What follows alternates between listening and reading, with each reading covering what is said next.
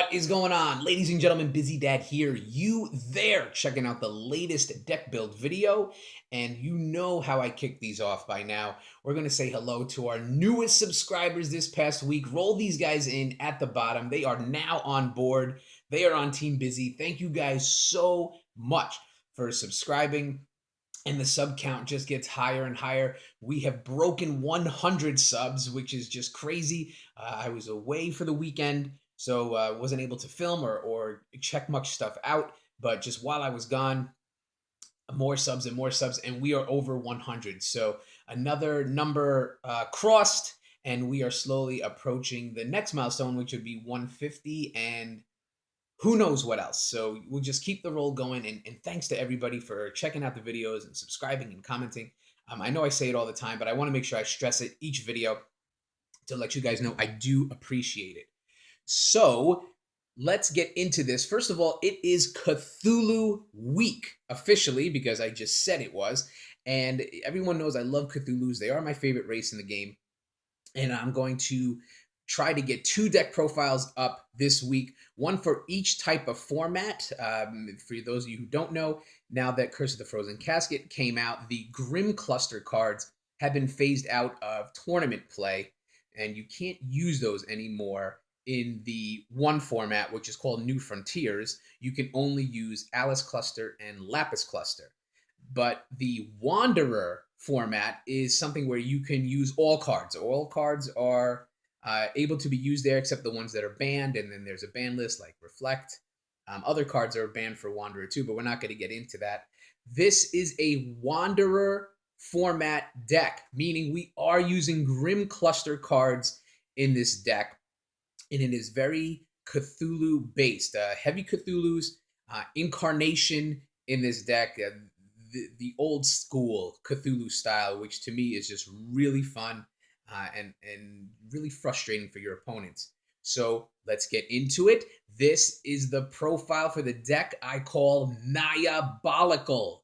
And it is a black-red, like I said, heavily based Cthulhu deck with our ruler right here, the Fiend of Dark Pyre. And I've always said this, that this card right here probably has the best artwork in all of Force of Will, front and back.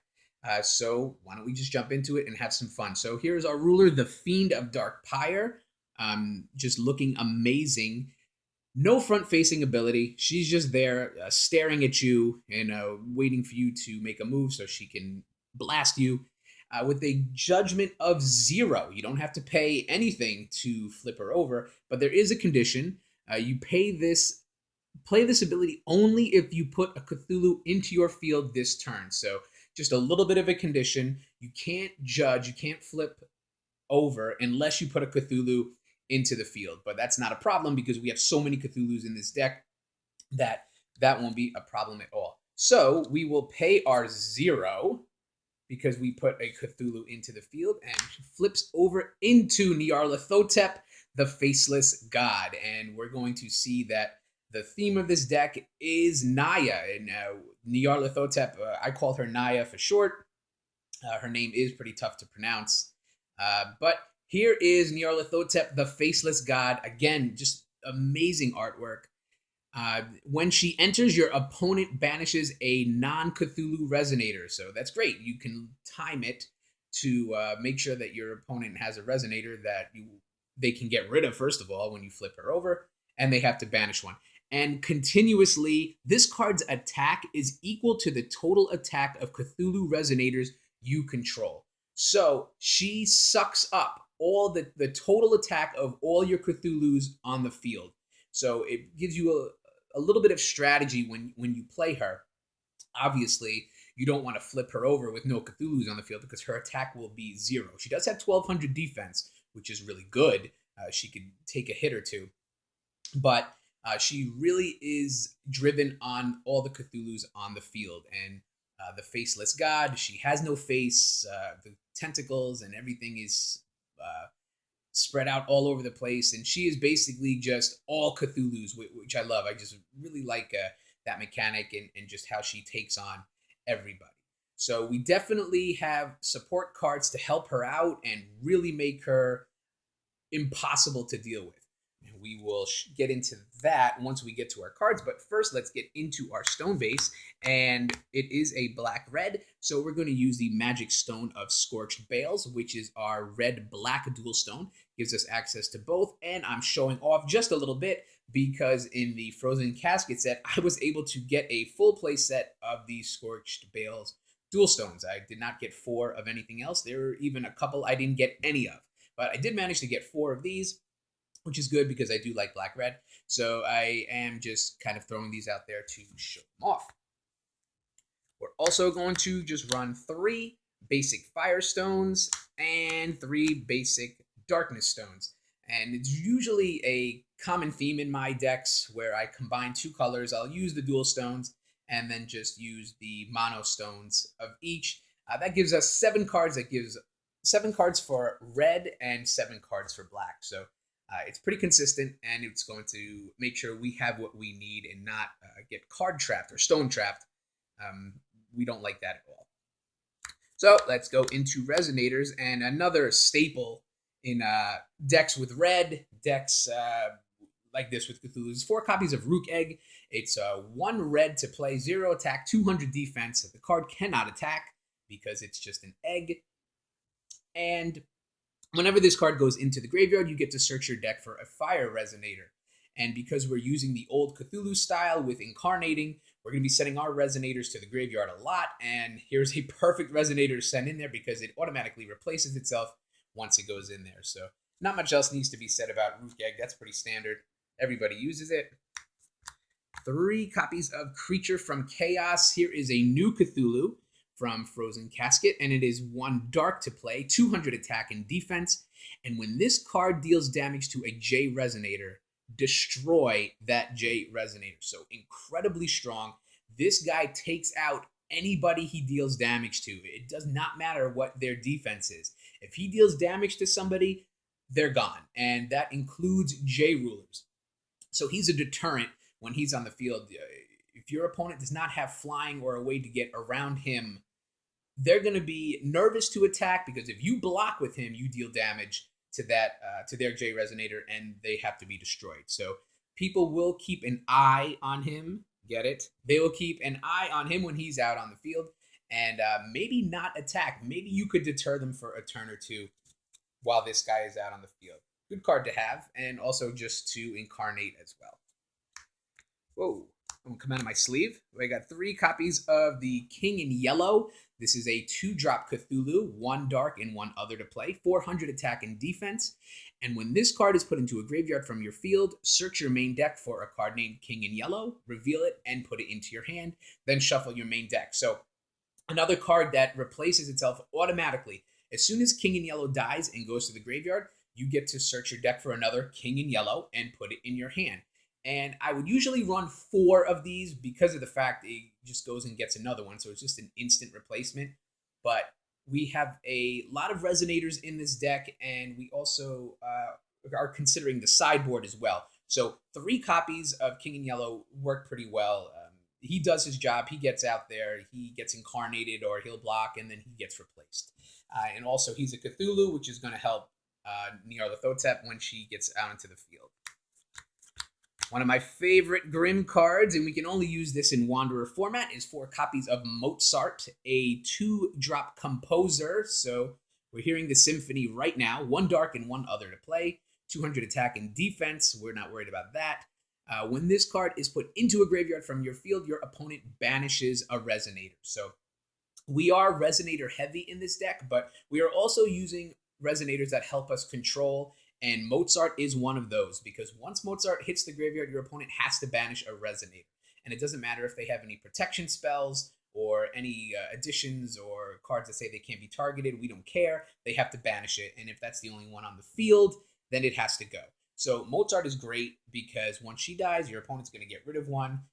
4 copies is great. Perfect. You can incarnate her, which is frustrating because your opponent doesn't have to kill Mozart. You could kill her yourself, and then they'll have to banish. So it is Nyabolical, right? So we're going to see more Naya. Here is Nyarlathotep the Usurper. This is the Resonator form of Naya, a 4-drop Cthulhu, 2 dark and 2 other, 800 attack and defense. And here we're seeing our first incarnation ability. So for those of you who don't know, incarnating is just banishing your own resonators. So you could pay the 2 dark and 2 other to play Naya by yourself. But if you don't want to and you have Cthulhu's on the board, you can incarnate, in other words, banish them to the graveyard, and Naya gets to come out for that. So you can see on her card, the incarnation is 1 dark and then 1 dark or red resonator. So it costs 2. You have to banish 2 to bring her out for free, and 1 has to be dark, and then the other could be either dark or red. But because we have dark and red resonators like the Rukh Egg and the Creature and Mozart and King in Yellow, this is never a problem. We always have enough to incarnate. And when Naya comes out into the field, you get to look at your opponent's hand, choose any one of their cards, and they have to discard it. So more control here. We're going to take our opponent's best card when she comes out and make them get rid of it. And she's also an 800, so that's good as well. Good stats. Going to help our Naya ruler get stronger if she's on the field when we J-activate. Here's my guy. Here's Hastur the Unspeakable, another 4-drop Cthulhu Resonator. 700 attack, 500 defense.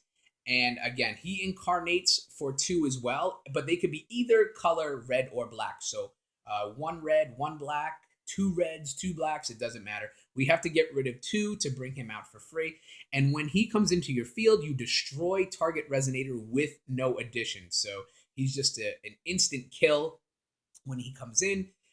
But it does have to be a resonator with no addition. So pay attention to your opponent's resonators. Make sure that one of them is out there with no addition, because Hastur has to kill somebody. And when he comes out, if your opponent either doesn't have a resonator or has resonators with all additions, Hastur's going to have to kill one of your own guys, and he might end up killing himself. So please be careful with that. And here you could see one of our really good control combinations. If we have Mozart and the Rukh Egg, this is really one of our best combos to incarnate. We take these 2 and incarnate them for Hastur. Well, we get to destroy one of our opponent's resonators with no addition. Because Mozart hit the graveyard, they're going to have to banish a resonator. And because Rukh Egg hit the graveyard, we get to go search for another fire resonator, which could be another Rukh Egg, or it could be another Hastur. You could see how the control aspect of it is really frustrating. But we're going to make sure our opponent does not keep resonators on their side of the board long. Meanwhile, we are going to use our Cthulhu's and our incarnation and all our cards to keep them at bay, build up our hand, build up our board presence, ultimately to get the Fiend of Dark Pyre to flip over. So that's really the goal behind all that. We have 3 copies of Byakhee the Winged Lady, which is a 5-drop Cthulhu Resonator, 2 dark and 3 other, 900 attack and defense with flying. So here is our flying support. We don't really have many flying Cthulhus. Here is one of them. She can incarnate for 2 dark. You have to incarnate 2 dark resonators to bring her out onto the field. She doesn't have an enter effect, but she has a really good rest ability. So if you rest her, you can give another target resonator +9/+9 and flying until end of turn. So this is really good to do after your draw phase. Draw your card, and before recovery, rest Byakhee, give somebody like Hastur or Naya, the Naya resonator, not J resonator. But you give any one of your other resonators +9/+9 and flying, and then it's time to recover. And now you have 2 flyers, one who is another 900 stronger. And again, this ties into our Fiend of Dark Pyre. If we can get our J ruler onto the field, it's another 900, especially if you put it on another Cthulhu. So we're really just pumping our J ruler up to make her stronger and stronger, while making our own guys stronger and giving them flying. So can't really complain about that. 3 copies of Yog-Sothoth, the Dark Myth. This is our big beater. This is just a huge beast. 8 drops, 3 dark and 5 other to play alone. 15/15 with Pierce. So it's just a disaster for your opponent when this guy comes on the board. You can incarnate for 3. 1 has to be dark, and the other 2 can either be any combination of black and red. And when Yogg does get onto the field. He destroys all Resonators with total cost 2 or less. So that's all, including your own. So you want to make sure you incarnate your 1 and 2 drops to get them out of there, get their graveyard effects, and then Yogg comes onto the field. 3 copies of Yogg can be clunky. You don't really want to be stuck with him in your hand. And normally I would run 2, but since this is a pretty Resonator heavy deck, I feel a little more comfortable in adding a 3rd one because I'm always going to have a lot of Resonators. So you can just put a few out there and just incarnate them for Yogg. If I had less Resonators than this, I might scale him down to 2 because it is hard to get him out onto the field. And you don't want to just be sitting there with a Yogg in your hand and no way to get him out onto the field. You don't want to be card locked, as they say. So we'll go into our spells, and it's 4 copies of Lightning Strike. This is as simple as it gets, guys. 1 red, quick cast chant. You can do it at any time, and it's 500 damage to any J Resonator or your opponent. So this is good in the early game to pop your opponent's lower cost Resonators as they come on the field, or if you just want to smack your opponent in the face for 500 just for fun, this is a good way to do it too. So could be some aggression, could be some control, but it's a 500. So at any time, that's a nice surprise. And speaking of any time, here is 4 copies of Stoning to Death, a 2-drop Resonator. 2-drop spell instant, so this can happen at any time as well. And it's just simply destroy target Resonator. So just no questions asked. As long as there's no protection or anything that your opponent could do to save them, this card comes out and just pops any one of their Resonators. So I like the fact that it's instant. You can wait for your opponent to make a big play or make a big attack. If you have the 2 Dark Stones open, you just play them and throw this guy out there, and their Resonator is gone if they don't have any way to protect them. So another instant control, good spell. 3 copies of Recollection of Dystopia. I really do like this card. A 2-drop chant, so you can only do this on your turn, but it says that your opponent banishes a Resonator they control. So, I mean, it's just really as simple as that. Just a 2-drop, and they have to banish. This is good when you're going up against people who like additions, who like protections. Again, just like Mozart, they have to pick a Resonator, so there's no way to protect their guys. They got to pick one. If they only have 1 on the field, it has to go. So really good card to have. I usually like 4, but again, we are considering the sideboard here. And also we have a lot of banishing and destroying and controlling cards. So 3 is okay here. And finally, our fun card. I always like to throw a fun card in. It's 3 copies of Selvaria's Lance. This is a J Resonator edition. So this can go on any one of our Resonators, even our J Ruler. And that's what this is for. It's a 4-drop, 2 dark, and 2 of any to add. Added J Resonator gains +4/+4, and whenever this card deals damage, you gain that much life. This is our fun card, and this is from Vingolf 2, and I can show you just how effective this could be. And really, we want to get this on our J Ruler. We want to get it on our Naya J Ruler, because she is going to be our main damage dealer in this scenario. And what we'd like to do, she takes the attack of all our Cthulhu. So if we have a Hastur on the field, if we have a Naya on the field, and if we have a Byakhee on the field, a pretty dream scenario, but the way that we can control our opponent's cards and boards, this is possible. So 7 + 8 is 15, + 9 is 24. So if we have these 3 Resonators on our field, our Nyarlathotep has that much attack. So, excuse me, we're looking at 2,400 attack. And don't forget, if we rest Byakhee and give somebody else 900, she now goes up to 33. So you can see how the more Cthulhu's on the board, the tougher she gets. So now let's add the Lance to her, which is what we'd love to do. And now whatever she has, so in this situation, we got her up to 2,400 with those 3 Resonators. With that 24, she now goes to 28 because of the Lance. She gains +4/+4. So now she's at 2,800 attack. And whenever she deals damage, you're going to gain that much life. So you get her up to the 28, attack your opponent, and whether they block or not, you're gaining 2,800 life. It's just amazing.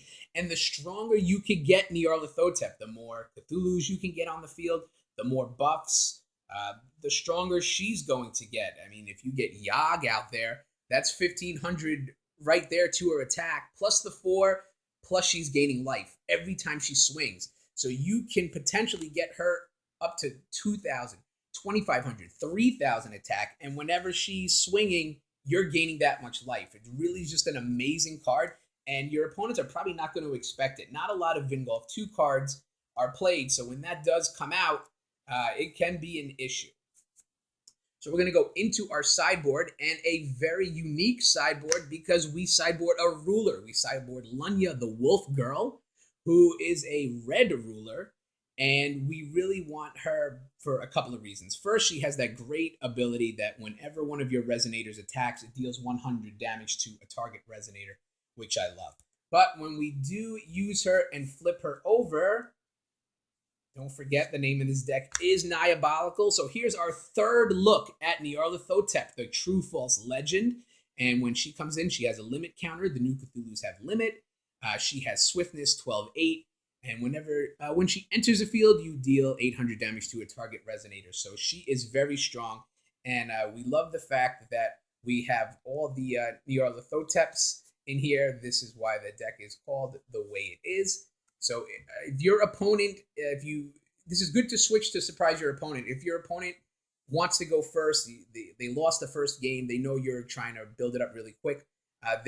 You think they're going to go first, switch to Lunya. You get to go second, you get the Energize, and it just makes it easier to get your Cthulhus out there and incarnate. So it's a pretty slick move. We have 3 copies of Urashima Taro. This is from the new set, a 2-drop 5/7 Fairy Tale Resonator. And when this card enters your field, destroy target damaged Resonator. So this goes hand in hand with our Lunya the Wolf Girl, because don't forget, on her ruler side, it says that whenever one of your Resonators attacks, it deals 100 damage to target Resonator. So you can attack with any one of your Resonators and then ping their biggest guy for 100, or ping somebody you want to get out of there for 100. So you attack, you play your 2 Dark Stones, and then you bring out Urashima Taro, and you get to destroy that damaged Resonator. So really slick way to get rid of one of their Resonators in a pinch, and you get a Resonator on the board yourself. So a good swing. 3 copies of the Black Treasure Box, and this goes in line with Urashima Taro. I forgot to mention that. When she dies, when this card is put into a graveyard from your field, search your main deck for a card named the Black Treasure Box, reveal it, and put it into your hand, then shuffle your deck. So here is the Black Treasure Box, and it is an addition for 1 dark, and this is from the new set, so additions go straight onto the field. And at the beginning of your turn, destroy this card and bestowed Resonator. So you have to put this onto your field first, and then the bestow is 1 dark and rest, and you put this addition on any one of your opponent's Resonators. Once it gets back to your turn, that Resonator and the Black Treasure Box get destroyed. So a ticking time bomb, another control card, another destruction card, and it's really good to have in the deck. So when Urashima Taro dies, you get to go into your graveyard for it, and then for 1 dark you play it, and another dark and rest you could put it on one of your opponent's Resonators, and they're in trouble. 4 copies of Demon Flame, which again works with our Lunya ability. It's a 1-drop instant at red, so you can have it at any time. And you choose 1. This card deals either 500 damage to target Resonator, or destroy target Resonator that was dealt damage this turn. So there's another way to get rid of one of our opponents. We attack with one of our Resonators. Lunya deals 100 damage to somebody. Pick that Resonator. And then boom, Demon Flame them. And that Resonator is gone. It doesn't matter. You can take their biggest guy, ping them for 100 with an attack, and then Demon Flame them, and then they're gone. So another good control destruction card, and it's an instant. So that could come out of nowhere. Really good. And finally, if it's going to be Lunya and it's going to be Cthulhu's, I'm going to bring back another Hastur. Here's 4 copies of Hastur Chasing the Goats, a 3-drop 9/9 Cthulhu, also a human. Comes in with a limit of 2, and the card gains swiftness as long as you have Lunya. So if you're playing this card, you're playing Lunya. Whenever Hastur attacks, she deals 400 damage to a target Resonator. So plus she's 9/9 with swiftness and a limit of 2. So you only get 2 shots of her, but when the limit counters run out, she goes back to your hand. So really strong card, and it's a really different look. It's interesting how just switching the rulers and switching some of the cards in there kind of make it a different deck, but it also makes it fun. And it could throw your opponent off, especially if they were used to one way, and then all of a sudden you switch it up to another. So it is really interesting to see. It is Nyabolical. Here are all our looks at Nyarlathotep. She is amazing. And that is it. The deck profile, the deck build. And I'd really like to know what you think. Do you like it? Do you hate it? I love your comments. Please leave one below. Discussion is always good here. Like, share, and subscribe. Do all that good stuff. We're just going to keep the roll going. And I appreciate you guys always watching my videos. I know they're long, and I know that sometimes they're a little drawn out, but I really want to make sure I explain every card and what I'm thinking, and then you guys can just roll with it from there. You can make changes, give me suggestions, try to run one of these yourself at one of your locals. Let me know how you do, but that's about it. So as always, thank you for a few minutes, and I'll talk to you soon.